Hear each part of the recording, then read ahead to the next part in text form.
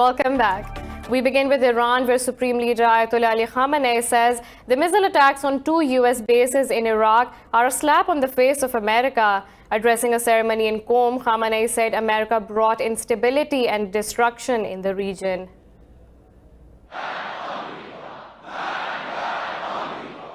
He said last night's military retaliation for the assassination of Qasem Soleimani is still not sufficient revenge.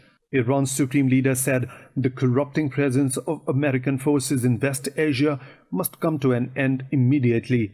Khamenei said Tehran is quite equipped in the face of bullying powers of the world. Meanwhile, President Hassan Rouhani said Iran's president says US may have cut off Soleimani's arm, but Iran will respond by cutting off its leg in the region.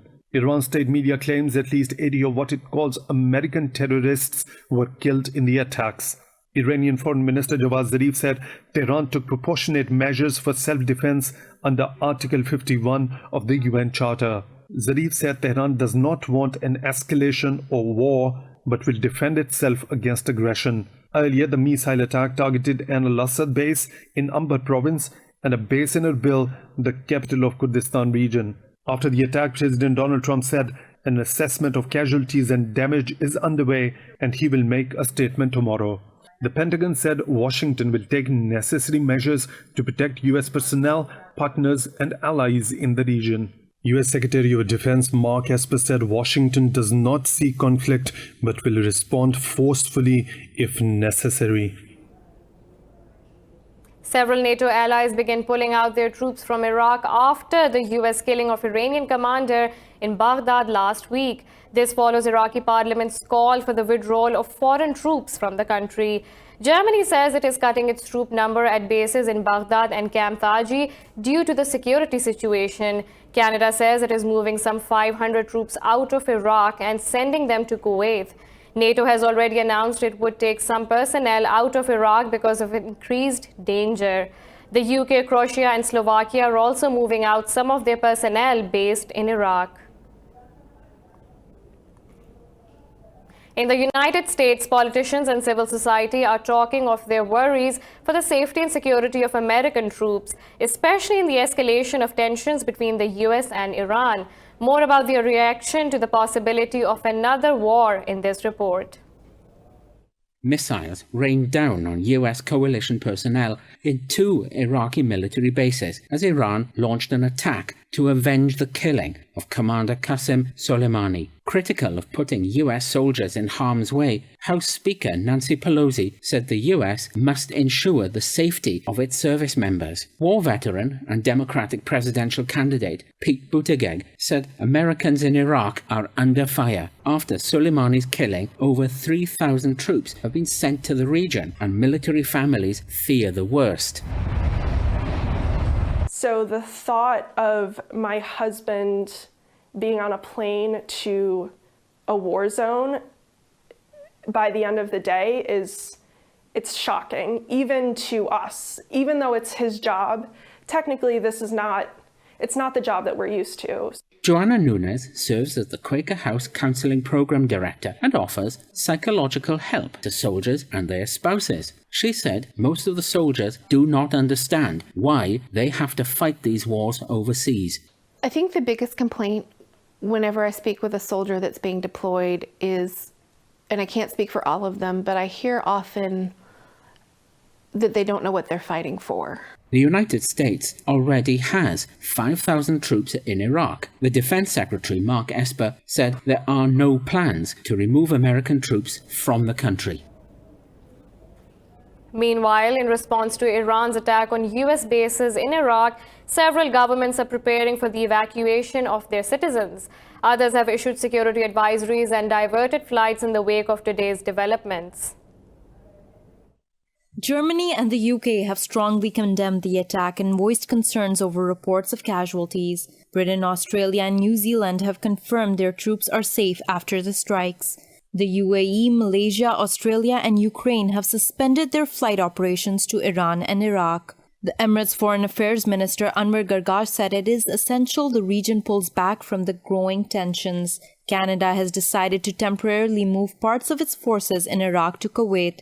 Japan has urged governments to work on easing tensions and said it will collect intelligence to ensure its citizens' safety in the region. The Philippines is preparing to evacuate 1,600 Filipinos working in Iraq. Pakistan and India have issued travel warnings to their citizens in the country.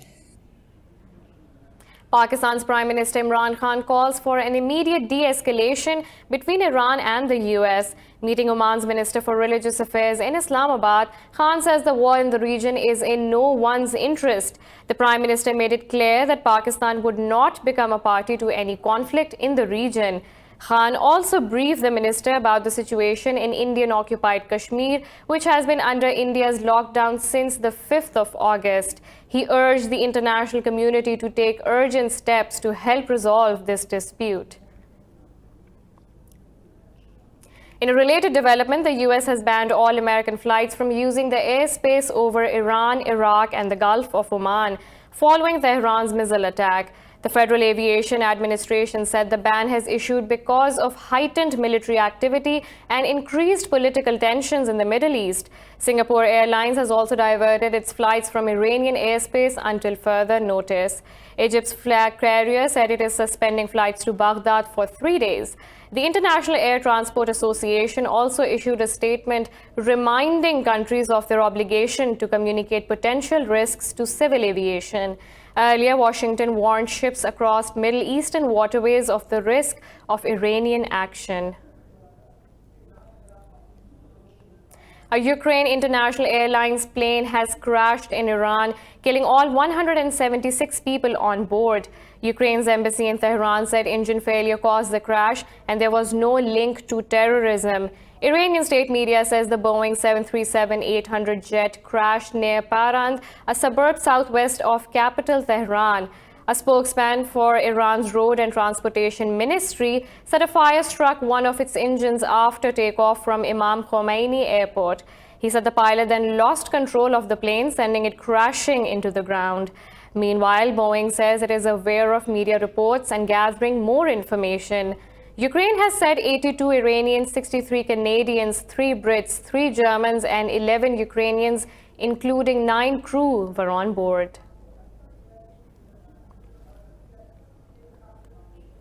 The US says it will continue dialogue with North Korea until it fulfills its promise of complete denuclearization. Secretary of State Mike Pompeo made the statement following the leader Kim Jong-un's threat to showcase a new strategic weapon. Pompeo said there was a lot of talk about what the North might do at the end of the year, but nothing yet has transpired. Meanwhile, North Korea's official newspaper urged self-reliance, calling it the core of frontal breakthrough against challenges. Last month, Pyongyang announced it had officially abandoned the denuclearization talks after the US failed to comply with the agreed deadlines. In a standoff with China, Indonesia has deployed 4 fighter jets to the South China Sea after a violation of its exclusive economic zone. In December, a Chinese Coast Guard vessel entered waters off the coast of Indonesia's northern Natuna Islands. Air Force spokesman Fajar Adrianto said 4 F-16 jets were flying over the islands. He played down fears of any confrontation with Beijing, saying there are no orders to start a war with China. Earlier, Chinese Foreign Ministry spokesman Geng Shuang said Beijing had opened talks with Indonesia since the latest incident. He said both countries shoulder responsibility for maintaining regional peace and stability. 4 people have been killed in a car bombing near the Somali Parliament building in the country's capital of Mogadishu. Police say a suicide car bomb targeted a security checkpoint. Rescue services said 10 others have been wounded in the attack. The Al-Qaeda-linked group Al-Shabaab has claimed responsibility for the blast. Last month, the group killed at least 85 people with a truck bombing in Mogadishu. In India, a dozen people have been injured after Prime Minister Narendra Modi's BJP workers beat students in Gujarat state. The victims were holding a peaceful protest against the mob attack on Jawaharlal National University in New Delhi. Police said BJP's student wing Akhil Bharatiya attacked the students. Meanwhile, protests against the attack continued in New Delhi, Hyderabad, Chennai, and other cities of India. The masked mob attacked the students on Sunday night and tortured students, leaving 34 injured. 205 million workers from 10 Indian trade unions have gone on strike against the government's economic policies. The strike, named Bharat Bandh, meaning closing India, has been called in protest at disinvestment, privatization, and labor reform plans. The trade unions have made 12-point demands related to the minimum wage and social security, among others. The protesters have blocked main roads and railway tracks in some cities in West Bengal state. The Indian media says banking and transport systems have been hit by the nationwide strike. US-based research firm Eurasia Group has declared India as the fifth biggest geopolitical risk of 2020. The group's top 10 risks of the year list is considered one of the foremost geopolitical indicators among global investors. It said Prime Minister Narendra Modi has intensified communal and sectarian instability. The group said the government has also caused setbacks on foreign policy and economic fronts, and their impact will be felt in 2020. We have a lot more coming up right after this short break, so stay tuned.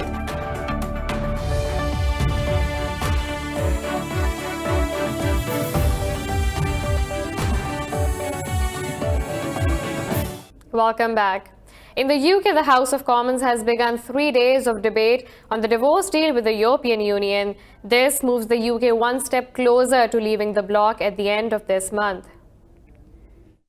The government easily defeated 3 opposition amendments to the withdrawal agreement bill on citizen rights. Brexit Secretary Steve Barclay said the bill delivers on the mandate given to Conservatives in elections to get Brexit done by the end of January. The UK and the EU have agreed on an 11-month transition phase lasting until December 31st. The deal covers the UK's financial liabilities, protections for 3.5 million EU citizens in the country, and new trade arrangements for Northern Ireland. PM Boris Johnson will also hold talks with the European Commission Chief Ursula von der Leyen in London today. Meanwhile, in France, the longest transport strike in modern history has entered its 35th day today. French President Emmanuel Macron's pension reform plan triggered the mass reaction.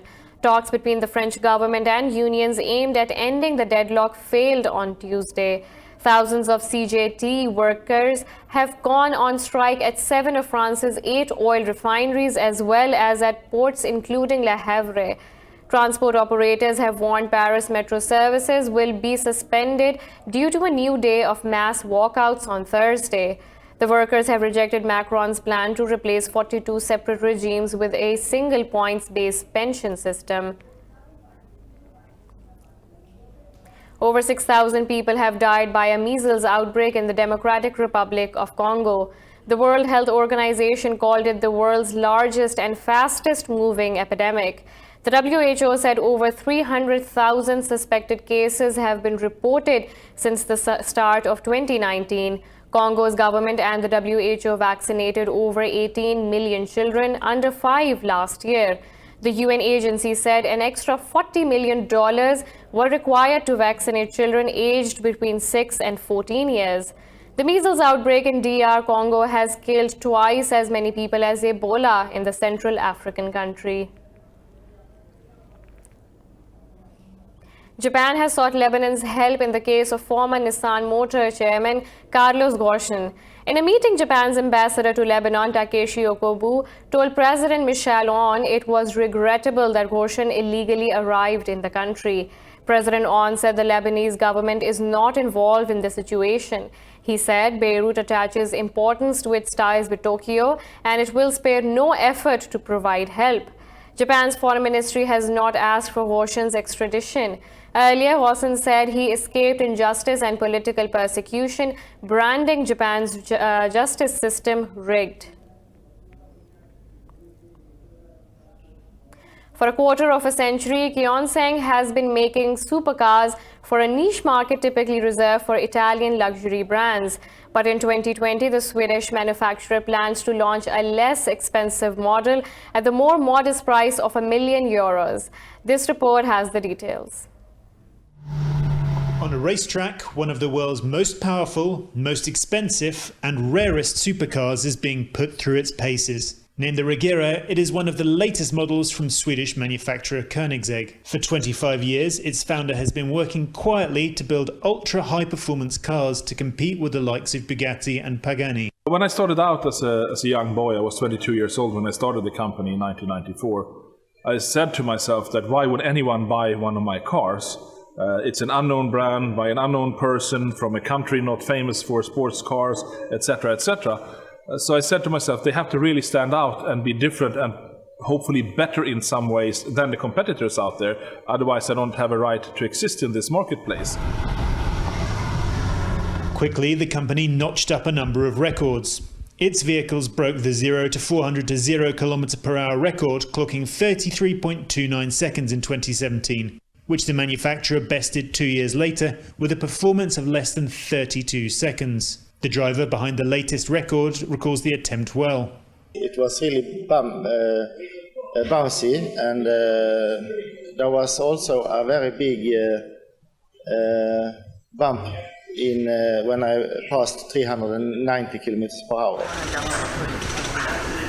The cars are made by hand at this factory in southern Sweden. With dozens of people working on each model, the cars come with a hefty price tag. The most recent costs nearly €3 million. The price may put many buyers off, but the 125 copies of the most recent model were sold out within 2 days. In 2020, the manufacturer aims to make a new, less expensive model in greater numbers. But with a price tag of €1 million, you still might not see a Koenigsegg on the road near you soon.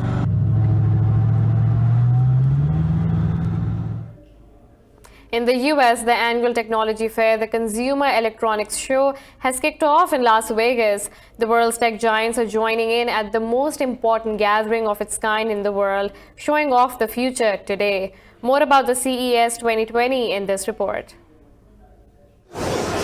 At the ongoing Consumer Electronics Show, there is no shortage of gadgets we didn't know we needed. From Intel's tiny PC to Hyundai's flying taxis and OnePlus disappearing cameras to the UB Tech Walker robot, the future is here and now, and seen by over 170,000 tech enthusiasts. At one of the many conferences at the show, US presidential advisor Ivanka Trump spoke on government-industry collaboration to create jobs. She received applause as she talked about technology's role in creating the workforce of the future. I'm a big believer in innovation and the positive impact that productivity has on an economy and fighting for American dominance in the industries of the future. Some industry officials, including women, challenged her tech qualifications and criticized her lack of relevant experience. I think this is a professional show. I just think it was quiet. I don't think she doesn't really seem like she has background to be speaking to tech community. So the giant tech show will run till January the 10th.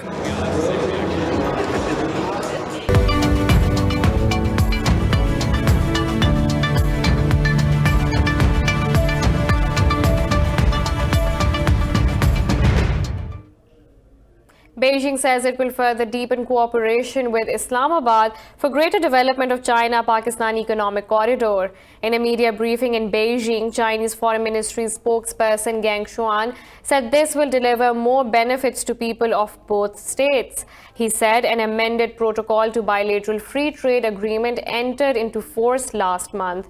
Gang said the protocol upgrades and revises the contents of the original pact on market access and tariff reduction schedules. He said under the free trade upgrade between the two countries, almost 75% of all products will have zero trade tariffs. Oil prices have surged over 4% at their high in early trade after Iran launched ballistic missiles on U.S. military bases in Iraq. U.S. WTI crude oil spiked over 4.5%, its highest level since April.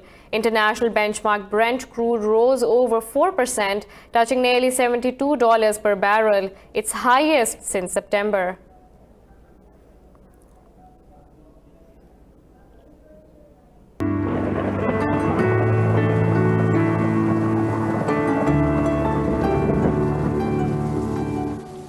Now let's look at the weather from around the globe.